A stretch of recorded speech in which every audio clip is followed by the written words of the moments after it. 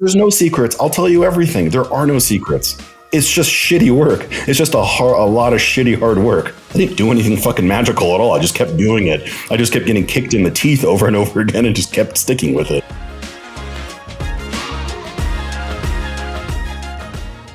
Hey, how's it going? It's Tim Brown, and this is the Plumbing and HVAC Hustle Podcast. And today I've got Peter Roth of Scalify on, who handles call centers, helps build them out for folks. Peter, how you doing, sir? I am doing really great, and I'm glad to be here on short notice. I'm going to grill Peter today about call centers, its viability for your business as a plumbing or HVAC company. What I would want to ask, if I was to hire a person building a call center, why not do it in-house? And maybe even some stuff around cost. How much does this stuff cost? What are the real breakdowns? Where can you save money, but maybe it's not a smart idea, those types of things. But first, Peter, can you just give a few minute background of just where you come from and why you're doing what you're doing now? Yeah, for sure, Matt. So the way that I landed here in the call center space was my partner and I've told this story and it's a long one, so I'll make it really, really abridged. But I went from, first of all, I've been an entrepreneur my whole life. Since I was 24 years old, always owned companies. And I somehow naturally progressed into the cigar business. I got into the cigar business for a long time. I still am in that business. I owned a cigar bar for a long time. And there I met a guy who was in the HVAC space. He was your classic Chuck with a truck. I mean, his name might as well have been Chuck as far as I'm concerned. And he approached me one day because my business was pretty much running itself. And he approached me one day and said, "Hey, would you like to start an HVAC company with me? I'll be the classic wrench turner and you be the white collar guy." I was like, well, the problem is I don't even know how to operate my own thermostat. What the hell do I know about an HVAC company? So I bit the bullet and started the company with him and led the entire white collar side of the company, from putting together the sales team, building the sales presentations, to the marketing and generating leads. And fast forward, we had to learn everything. We had to learn what worked and what didn't. And we got our teeth kicked in repeatedly on methods that didn't work. I'm sure you have plenty of horror stories, along those lines yourself, Tim. And the thing, lo and behold, that was really by far the most affordable and most scalable hence the name Scalify, was the call center. Other things worked too. I'm not saying that everything was broken. I'm just saying that the other things were either very, very expensive or very difficult to scale, or a combination of usually both. And so the call center we just found it was a sharp learning curve. It took a long time to get it dialed in. We lost a lot of money at the beginning trying to figure things out. But, lo and behold, year after year, we got it really, really tweaked and dialed in. And now here we are. And, I sold my companies and realized that what I really loved, even as much as I do love HVAC and I love the home services space, I genuinely do. And actually, I'm considering even buying a company right now. What I love the most is sales and marketing. So here we are now. Many homes suffer from inefficient HVAC systems due to leaky ducts, leading to uneven room temps, lost airflow, and higher energy costs. AeroSeal's innovative sealant technology targets and repairs leaks, improving airflow and efficiency. Increase your customer satisfaction, increase sales, and offer a unique market advantage. Become a leader in HVAC efficiency. Aeroseal.com. Okay, so talk to me about call centers. Give me the 101 real quick before we dive deep. Yeah. What the heck is a call center, and why should people consider having one? Yeah, I'll tell you what a call center is not, because I think there's a lot of people who make a pretty fatal mistake when they try doing this on their own. And then this is not going to be a pitch fest for Peter scaring me into doing it on my own. But I'll just tell you the common pitfalls that people make. So let me begin by answering what it is not. It is not a team of VAs. That's a common problem that I see business owners make, as they go, "Hey, let's try cold outreach. Let's take our VA and put a gun to his head and make him start making cold calls tomorrow." Guess what? Your VA hates you for doing that. No one wants to do that. That's a shitty job. You don't want to do it. Why would they? The only people who want to do this are the very rare breed of people that have chosen that life path, right? And those are the only people that we go out and hire, right? We have an entire recruiting department, and that's all that they do is hire basically lifers, right? People who are full-time cold calling agents. This is what they do professionally for a living. So they don't hate the space. So that is probably the biggest that's definitely the biggest mistake that I see business business owners make is they go and they hire VAs and basically force them to go do work that they do not want to do. And then they wonder why it fails. That's what it is not. What is a call center? It can be virtual. It can be in-house. That part doesn't matter. Well, it does, but it's still a call center. I'm not a huge proponent of in-house call centers just because of wages, right? Because of labor costs. Building them in the U.S. is very expensive. The quality of the labor is very low. No one wants to do it. Again, it's like there's certain jobs that just Americans don't want to do. Cold calling is one of them. Big surprise. So, hiring an American team, while it sounds really good on paper and it sounds really good conceptually, having a team of Americans who speak perfect English, blah, blah, blah, sounds awesome. Rarely does it ever really play out that way because they usually resent and hate their jobs. And the finances just don't pan out. It just becomes too expensive to do it. And then your cost per appointment skyrockets, your cost per sit skyrockets, and your cost per acquisition goes through the roof. And now you're wondering why the hell I even did this. So the way to beat that is to do it virtually, right? Is to take advantage of international labor arbitrage, which is what we do for my clients. And now we got people in Mexico who are fantastic, by the way, really fantastic people. We only hire people that meet 3 criteria. Number 1, they've got to speak perfectly fluent English, like 10 out of 10, perfectly fluent English. Number 2, their accent, minimal to none whatsoever. If you had to put it on a scale of 1 to 10, I would call their accent like a 2 maximum. So minimal to no accent. You'll be shocked how many people have no accent. And then number 3, like I already mentioned, they got to be lifers. They have to be full-time call center agents. This is their profession. So those are the only types of people that we hire. So that really is a call center, right? Like you need the software, you need data to call, and you need someone to watch over them. Those are the main components of what a call center is. Agents. Is it hard? Like, obviously, guys like you exist. You're helping people build this out. So it's like, obviously, people have tried it and then they fail. Yes. And then you're like, you swoop in and you're like, ha ha ha. I'll tell you, there's some secrets. Will you give us a few of your secrets? There's no secrets. I'll tell you everything. There are no secrets. It's just shitty work. It's just a lot of shitty hard work. Yeah. There's no secret is there a secret to what you do?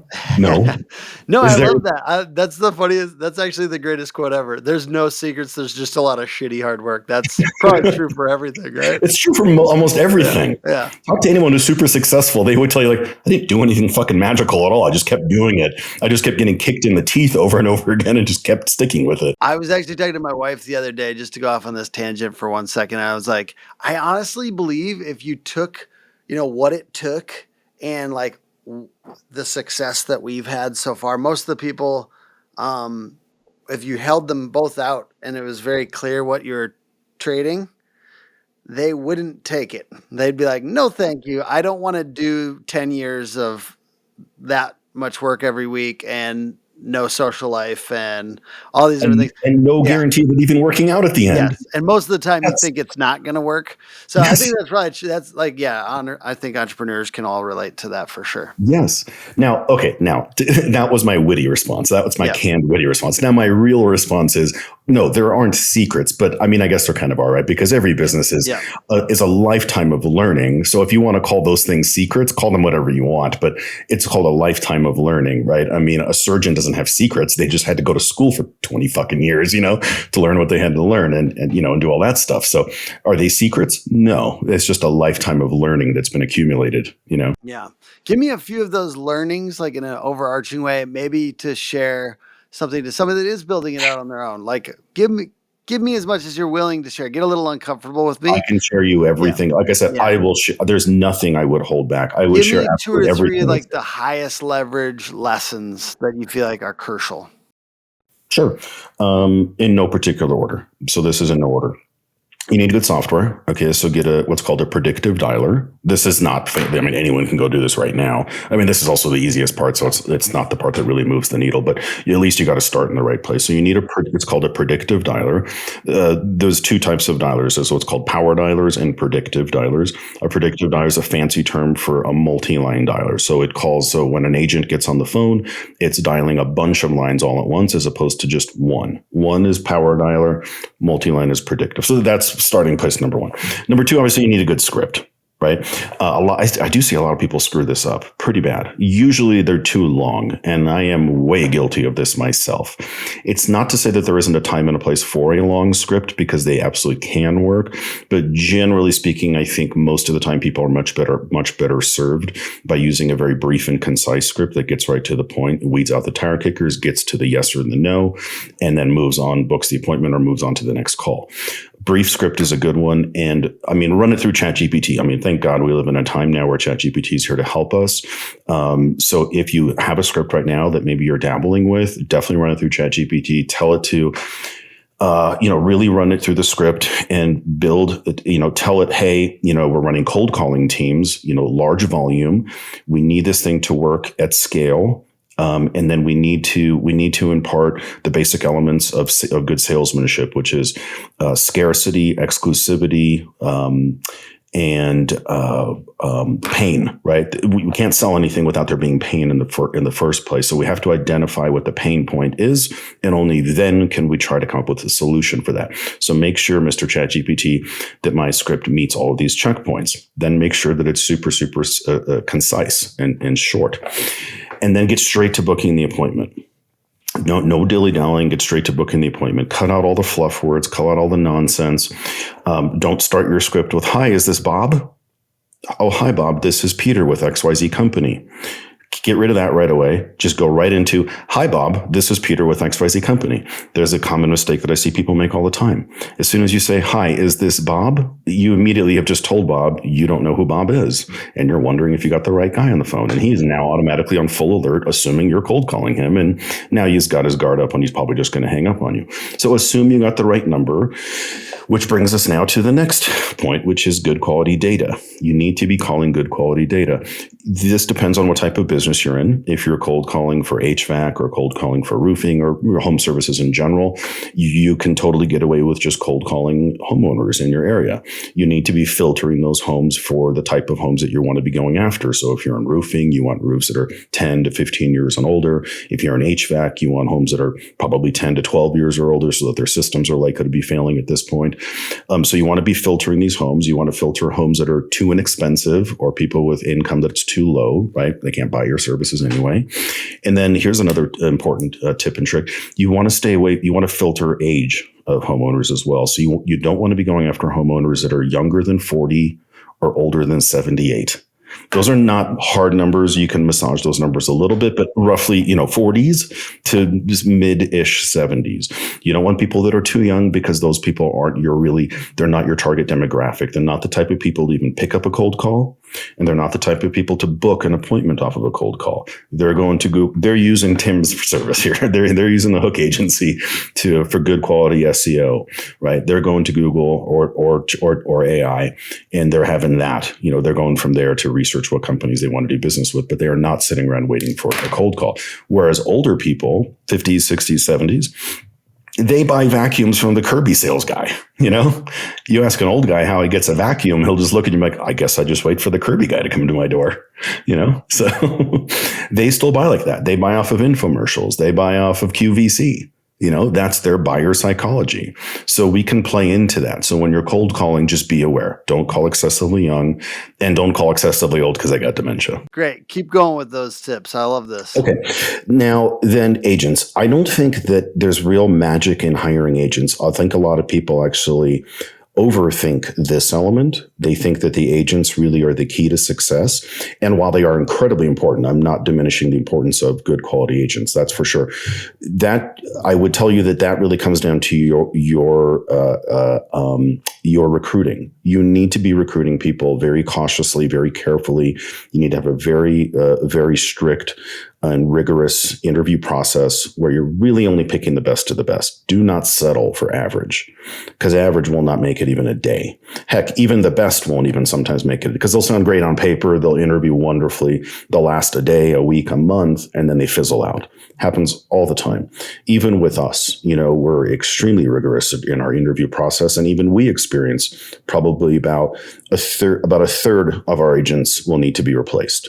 And so that's with a rigorous process in place. So if you don't, expect 2/3 or more to have to be replaced. And that's just a waste of resources and money and everything. So don't do that. So hire very carefully. That would be my biggest thing when it comes to selecting your agents. Hire very carefully. Make sure that this person sounds awesome. Put them through a battery of tests. Put them through, handling objections. They don't have to be the best at it, but they do have to be decent. They do have to show that they're a quick learner and that they can catch on quickly. Okay, so that's all I'm going to say about agents. Honestly, there's not a whole ton more to know about. There's no real secrets there. Then the hardest part is the management. That's the hardest part. Ultimately, like when you hire a dog trainer, they're not training your dog, they're training you, right? It's the same thing here. The management side of this equation is really the most elusive and the most complicated part, because it is, as I was kind of joking around the beginning of our conversation, like, it's tough work, dude. It is as unfulfilling as it gets. It's boring. It is unfulfilling. It is beating your head against a wall. It's hurting cats, all that stuff. It's all of it. And so finding a good manager, if you think you can do it yourself, okay, give it a shot. But that's probably area number 2 where I see most people fail, is that they think they've got everything. Cool, I got a good script. Cool, I got the dialer. I picked the dialer that Peter told me to get. Hired great people. I was super picky. I got 3 awesome guys.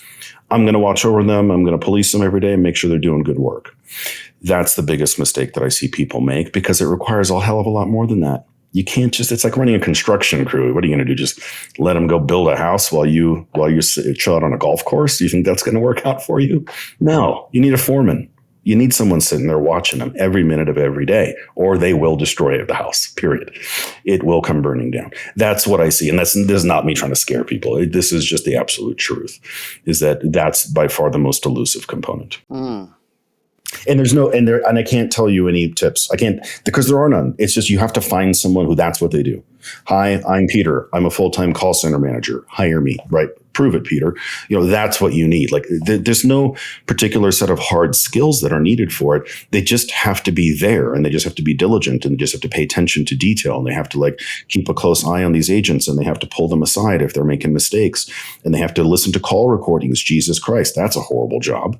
They got to sit around and listen to call recordings all day long to make sure that these are good quality calls. Because if they're not, then they got to pull that agent aside and have a talk with them. This has to happen about 1,000 times. Well, I'm exaggerating, but this has to happen a lot of times a day. And so it's just very, very tedious, difficult, grinding work. But like I said, with the foreman on the job site, there has to be one there. Otherwise, the house will burn down. And so when you guys go out and look for these managers, where do you look? We've been doing this for so long that, thank God, by now we have a really large pool of people. So it's become easier. In the beginning, it was hard as heck. It was really, really hard, because we had to go through. What is the platform you guys look on, or do you look on LinkedIn or? We did. Okay. So I wish I could help people out here. I would say, we didn't, because we always had a good, strong pool of people who were in the recruiting space in Mexico, in the call center space. So it's just because we've been doing this for so long that we've got those contacts. Now, again, this isn't me, trying to. No, I get it. No, yeah, some things are different. You can, yeah, but you could do it. If I were to have to do it on my own tomorrow, then I would probably do Indeed, LinkedIn, and then Facebook groups. Facebook groups probably would be the fastest way to get results, because there's a million groups for call center this, call center that.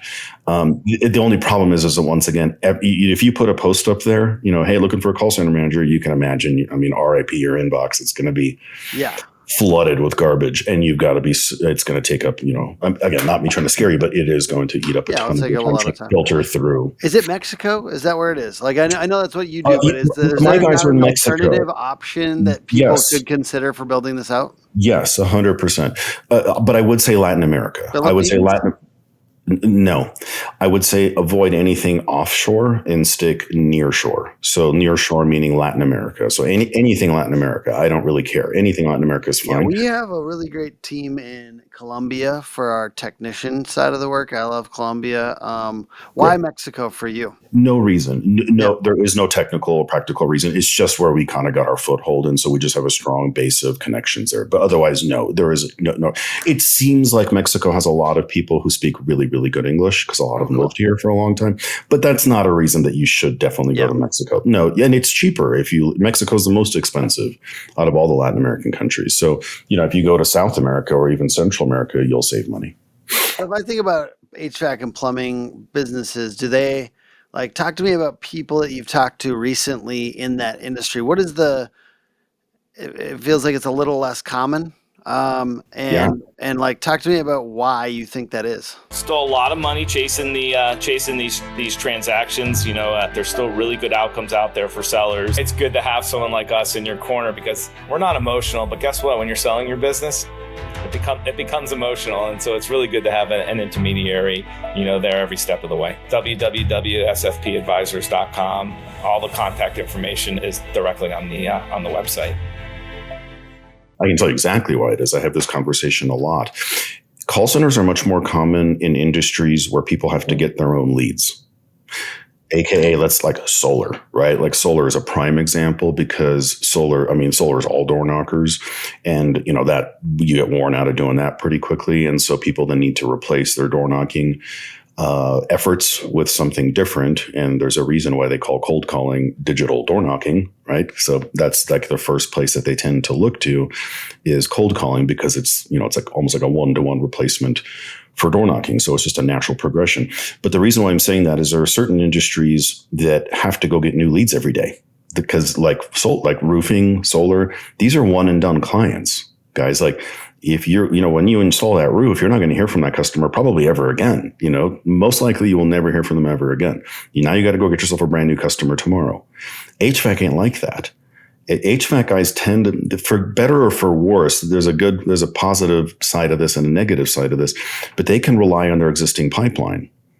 Because people shit breaks all the time, right? So they get service calls all the damn time. And then there's demand calls, right? Like, in the summer and winter time, those phone calls never stop. So that doesn't really exist so much, or much less so in roofing, barring, unless you're in an insurance market. But if you're in a retail market, that's not so much the case. Now you got to go get your own leads. HVAC guys can kind of get a little bit lazy, and they can sit back and just rely on their pipeline and wait for the phone calls to come in. So I see this happening all the time, where there's a lot of really complacent HVAC owners because they've just been relying on their existing pipeline to pay their bills. And that's fine. I mean, if that's what you want, knock yourself out. But, if you want to get really big and really successful, well, then obviously, you need a fresh stream of inbound leads coming in. And that's not going to happen if you're not marketing in some form or another. Roofers know this, right? Because they have to. They don't have a choice. They have to go get new leads every day, right? And so that's why I'm seeing that in the HVAC space, this is kind of an oddity, because they rely on the easy, low-hanging fruit, Angie's List, Thumbtack, Home Advisor, right? All those aggregators. That's the low-hanging fruit. Those are the guys with the massive marketing budgets that are paying, millions of dollars to be in front of your face every day. So that's where they tend to go spend their money. And then PPC, right? That's where they go spend their money, because it's like the obvious places. Call centers, there is no Angie's List. There's no Angie of call centers. There's no Home Advisor of call centers. So, I don't have the marketing budget of Angie. So you may not even see my face. Maybe now you will if you watch this podcast, but otherwise you may not even see my face. So that's my thoughts. Okay, so can I grill you like I'm actually going to buy this? Rock and roll, man. Let's do it. What does it cost me to get this built out? And give me a range if needed, or the things that drive up or drive down the cost. But I just want to try to give some answers around the idea of cost. I'm going to be a nice guy here. I'm not going to play that jerk card and be like, well, book an appointment because everything is custom, right? I'm not going to do that. I'm going to lay it out. I'm going to lay the cards out for you. I think that, if people see the value in this, then they'll understand. Let's do this. Why don't I pitch you like I would as if you were a potential client, so that I can build the value first, then I'll show you the price. How about that? Perfect. Okay, let's go for it. I want to hear, like, for real, like, get me to want this. Let's build some value. Okay, so let's talk some stats here, which are going to bore you to death, but then we'll get to the good stuff. Okay, so stats. This is just to kind of blow your mind with what. Give me the brief version of this, just for the benefit of I imagine my audience. Fine. By the way, I imagine you out there is kind of ADD. I'm sorry if you're not, because I probably interrupt a little bit. But give me the brief version for my ADD folks. I'll get right down to brass. I'll get right down to the goods. Okay, I'll get right down to the results. Let's talk a 3-person call center, which is the minimum that we do, is a 3-agent call center. And let's talk HVAC. Okay. In the world of HVAC, a 3-agent call center should be booking about 250, or don't quote me, I may be off a tiny little bit on this number, but not by much. Should be booking about 250 $39 tune-ups. Now change that. That doesn't have to be 39. It can be whatever number you want it to be, but that seems to be the most common number. We focus on tune-ups. Tune-ups are the ultimate Trojan horse, foot in the door, pitch them something else type a situation. So usually the tune-up call is the best angle to take here. So that's what we're doing for HVAC companies. And that's what I did for my own company, and it works awesome. So now let me say this important thing. If you don't have good sales training on how to convert a tune-up call into a system change out, well, then shame on you. Go get some training on that, right? Go talk to, go talk to Victor Ancor and Trent Lowenstein and Sam Wakefield, and go talk to those guys who that's all they do. They train people, technicians and service techs on how to go in a home under the guise. That sounds bad. Under the $39 tune-up story, and then showing the homeowner and building value into a full system replacement and turning it into a $15,000 to $20,000 job. So that's a starting point number one. You got to know that. If you don't know that, don't even give me your money because you're wasted. So now that we got that out of the way, agents should be booking about 250 in-home appointments of those $39 tune-ups. About 20 to 25% of them will cancel. Okay, so that brings us down to whatever the math is. Call it 200 just to be safe. That puts you into about I think it actually comes out to about 180. That puts you into 180 homes. My average client, your numbers may be higher, maybe lower.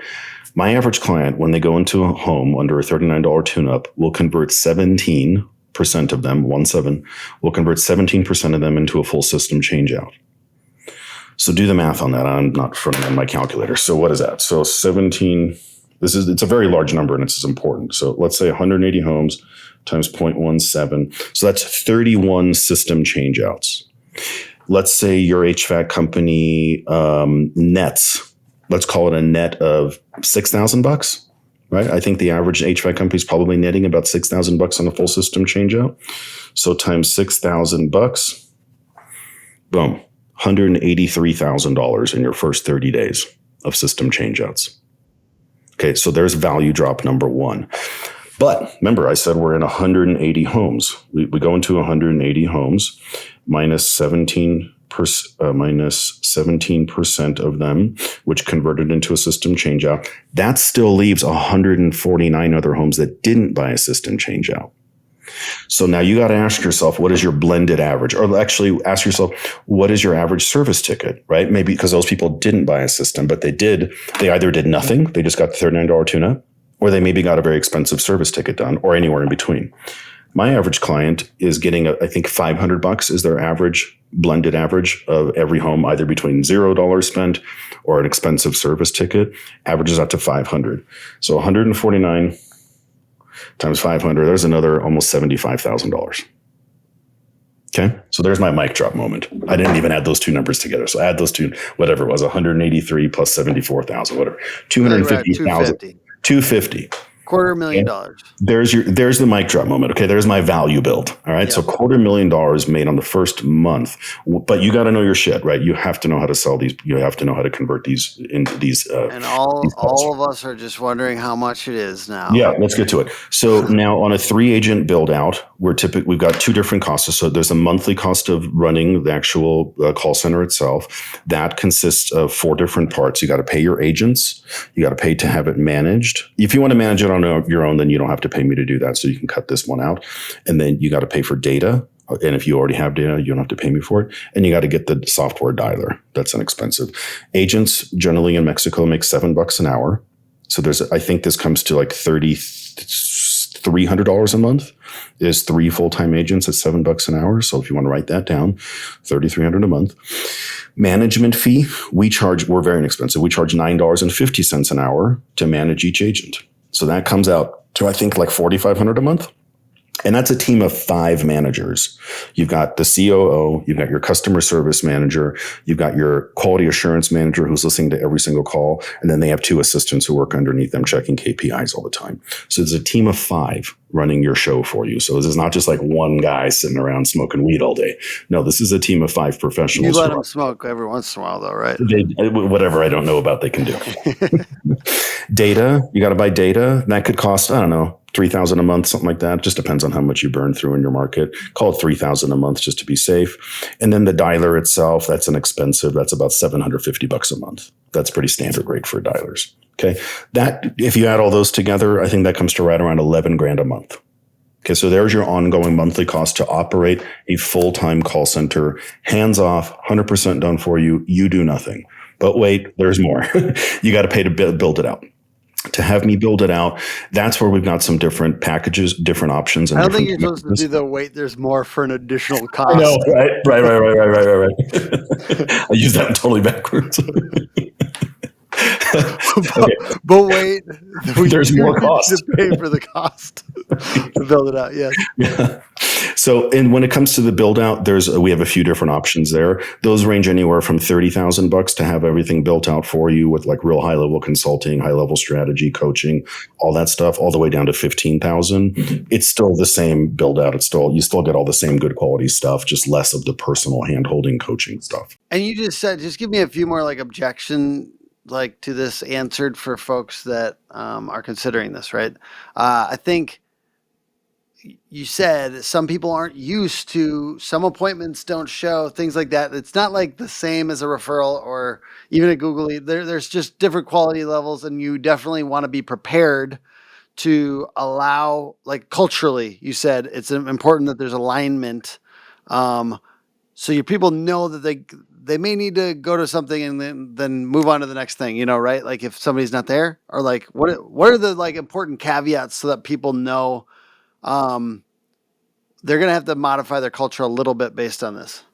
Yes. So you just hit that one, right? Which is the whole, like the culture of coming from the hardcore, door to door cold outreach, type culture versus just, we only deal with inbound leads and we're all prima donnas, like that type of mentality, right? There's a lot of that out there. And like, it's like, if you have that, you have to just prep it well, right? You have to the good news is try to migrate those people's brains. Not necessarily. The good news is this: we can help mitigate that kind of, that sort of that brain damage, I guess, that can come along by we can make several adjustments. Number one, if let's say you come from more the prima donna side of things, right? We're only used to inbound leads and we're not used to people canceling and no showing on us. That's fine. Then what we do is we implement a couple different strategies to get those tire kickers to actually weed themselves out. Okay, so we do a lot of, what we'll do is we'll implement a confirmation call. So we get either our team or your team or whoever you want to call these homeowners to confirm, hey, just making sure you'll actually be there tomorrow, right? We want to give them opportunities to cancel so that we can get rid of the tire kickers so that we don't upset your company culture. Right. And we can do that a couple ways. You can do that with a confirmation call. You can do that with, certain SMS and email and automated voicemail drops. Right? All of those things can serve to give homeowners an opportunity to cancel, which is exactly why the hardcore closer types, the cold outreach types, hate that stuff. They go no to confirmation calls, no SMS, we just show up at the time of the appointment because I know that every time I call them, I'm just giving them an easy opportunity to cancel. So those guys are like, they're the whole like no lead left behind mentality. They're like, no, we do not lose. I'll get into that house. I'm getting into that house. They're either going to open their door or they're going to call the cops. One or the other. Yeah. Any other like major objections that you experience? Just because I'm not in a position where I'm about to hire this, but it sounds dope. But any other major objections you would experience at this time that we can answer for folks? I'm trying to have yes. Give them the experience of a sales call with you. I think what I touched on, I think if you don't have good sales train, if your people aren't really well trained, I don't think this is a great idea for you. I think it's expensive then. I think it's going to be expensive then. I don't want it to be expensive for you. I actually want this to be very quick ROI. I want to see people make their, I just got a text message, a series of text messages from one of my newest clients in roofing. He would text me every time he had a win. And I freaking love that. I mean, please send that stuff to me all the time. He would literally send me a text, $23,000 roof. The next day, $22,000 roof. The next day, he's like, whole call center is paid off in 10 days. And he's a one-man band in retail roofing, nonetheless. He's a one-man band in retail roofing, and he paid off the entire call center in 10 days. So can it be done? Oh, absolutely, it can be done. But he's a beast of a closer. The guy is a beast of a closer. And I'm not pretending that he isn't. He is. He's a beast of a closer. So that's my warning to people, is that if you feel like that your sales systems and your sales training is a little lackluster, I would focus on that first. I think you've got to clean your own house first before we can start implementing something like this, because this isn't just Peter, gimmicky. It is going to flood your calendar. You're going to get a lot of appointments. And if you can't convert them to sales, well, now you're just wasting money. And I'm going to feel bad. I don't want that. Mm-hmm. Yeah, I like that. That's a good little close, Peter. You're a smart guy. I like talking to you. What else should I know about call centers before we round down the show? Like, what else would you want me to Runway. know? I think runway is an important thing. Yeah. I'm going to scare everyone away, right? Like, but that's how I sell. It's I'm not okay. here to be. It's I'm not okay. here to be a bullshitter. I'm not here to You're gonna like. scare away the I'm here bad to be really prospects. honest with people. Thank God we're doing well enough that I don't need every client anymore. So I'd rather be picky so that my clients can win, so that we keep getting happy clients and good reviews. And the only way to do that is to set them up for success. So with that said, have a runway put aside, please. 30 days. You don't need much more than that, but have a 30-day runway put aside. Don't come into this thing thinking that, oh my God, I'm going to make all my money back in the first 5 days and then I'm in the free and clear. I'm like, well, what if it doesn't happen that way? What if there's freak snowstorms that kick in tomorrow and the whole country kind of goes on lockdown because of snow? Like that can happen, and that slows everyone down regardless of what industry you're in, So, yeah. So don't come in trying to like make this like save your company, basically. Yes. Well, that's so important, like in any of this stuff, right? Like I think serious business owners take experiments and do things and do heavy duty things and know that some of it works and some of it doesn't, and being respectful of the fact that a lot of good things take time to make work well.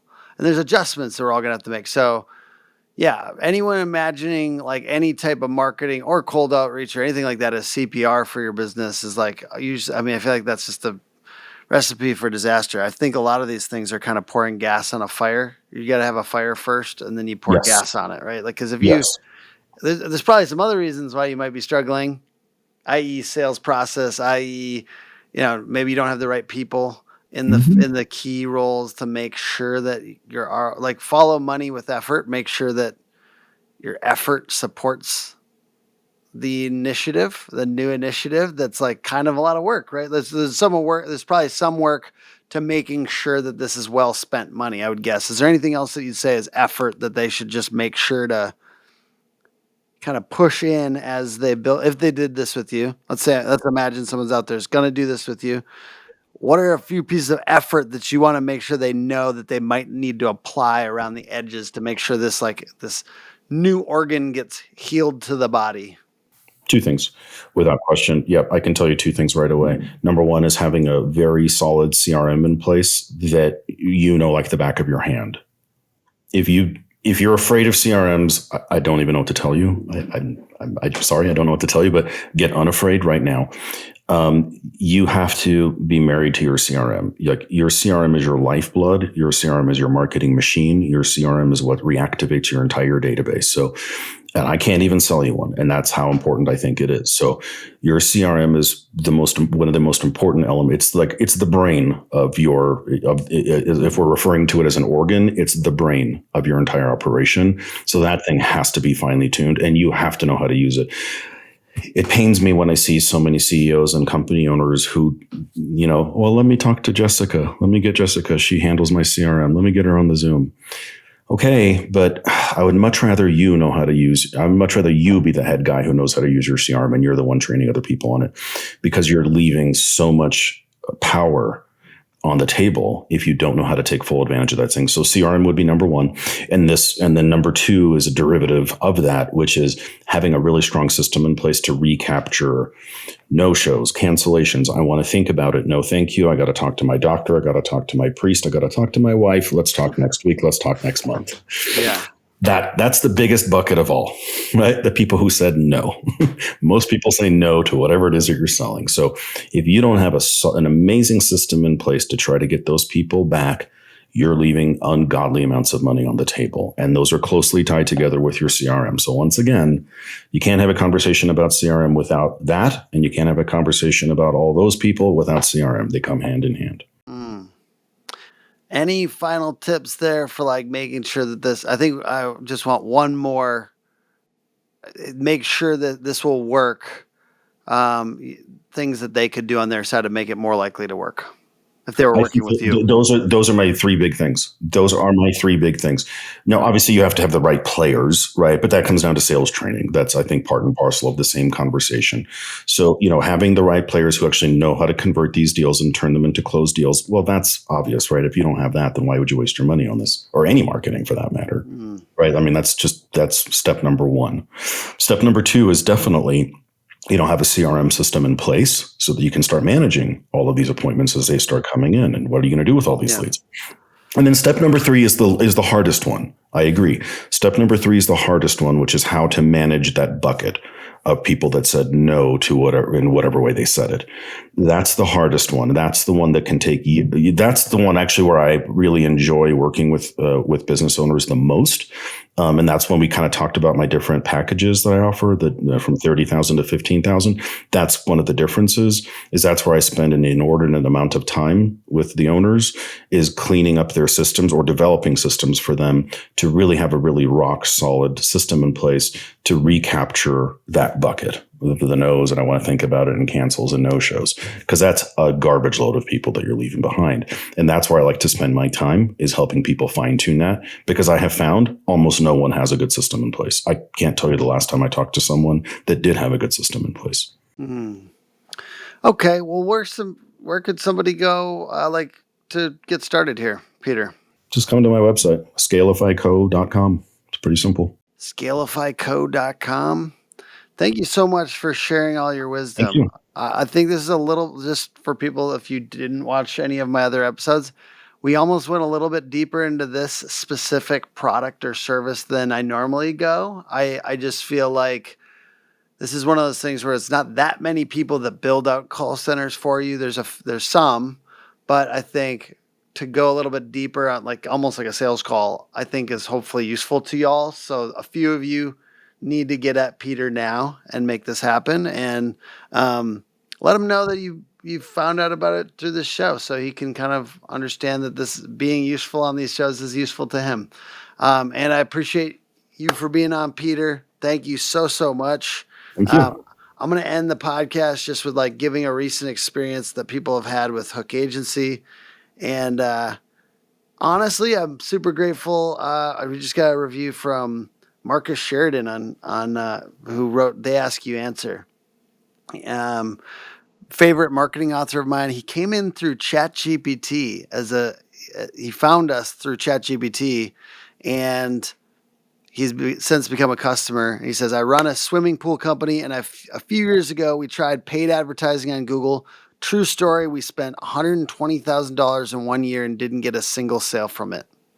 I didn't believe the numbers myself, but that's what happened. With Hook, everything flipped. This last year, we spent far less than before, and we generated well over $1 million in sales from paid ads. Next year, as we keep expanding, we'll likely double or even triple our investment with Hook. By the way, he just sent a proposal for additional services, so I'm super excited about that. They've been great to work with. They get us, and they're growing with us. It's been a fantastic experience. If you've tried paid ads before and it didn't work, you probably just didn't have the right agency. When you find a team that actually knows what they're doing, the impact on your bottom line is unreal. Crazy that came from Marcus Sheridan. So literally, by the way, I made my entire team read his book a few years ago. So you can imagine our surprise when he came in as a lead and then turned into a client and now has made money from us. So it's dope. It's cool. That's the best. Look, tell me if I'm wrong. Isn't that the best goddamn feeling as a business owner? So good. Making money is cool. I like making money. Yeah. Don't get me wrong. Who doesn't? Yeah. But you know what's even cooler is when I watch my clients make a killing. Oh, yeah, exactly. I freaking love that. And I am not faking it. I freaking love it. When my clients make money, I jump up out of my chair and I call my COO and I'm like, dude, we just had a huge win. Like when that guy said he paid off his call center in 10 days, I flipped out. I was so thrilled for him. I was like, great, good for this guy. I love it. Exactly. It is the most fulfilling part. Yes. Thank you, everyone, for watching. Podcast is put on by hookagency.com. Hook Agency all over social. See you guys on the next one. Bye.